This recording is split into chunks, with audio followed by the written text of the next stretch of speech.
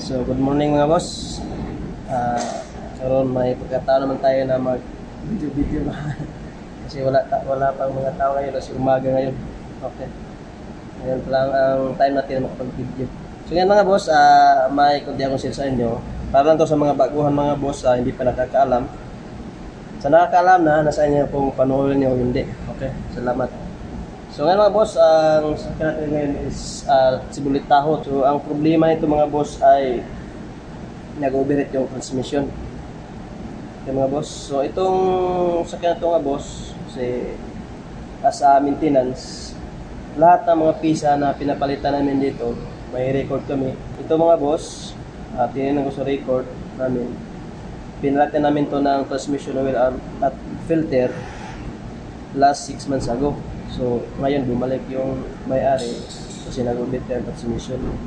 So, siniko mga boss, yung nakita ko ng problema, ito yung mga boss.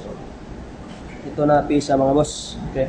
So, ang tawag nito, kasi maraming tawag dito mga boss, ito yung tinatawag na transmission cooler thermal bypass valve. O ito yung mag-control sa mga boss, sa cooling system sa transmission.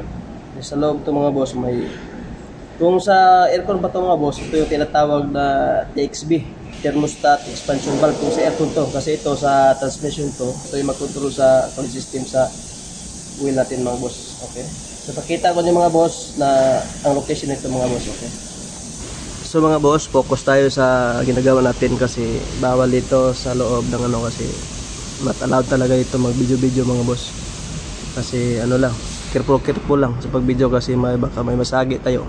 So kibali ito yung transmission natin mga boss. So okay, kung makita nyo, ito yung luma, ito yung bago ng pinalit ko mga boss. Okay, so kung makita nyo mga boss, ito yung linya ng oil cooler sa transmission mga boss, fluid. Okay, papunta sa radiator mga boss. Okay, yan, kasi tinik ko naman din yung fluid mga boss, wala namang problema, okay namang level, tapos wala na, hindi na masunog, okay pa, kasi bago pa napilatin ng mga boss So, kibali ito yung nakita ko na problema nga boss, kasi ito yung mag-control sa oil sa cooling system ng transmission fluid natin mga boss. So, hopefully this is the problem, and now we test drive outside. So, ngayon mga boss, nandito na tayo sa labas. Tinisting natin itong ginawa natin na taho. So, magmamasid lang muna tayo mga boss.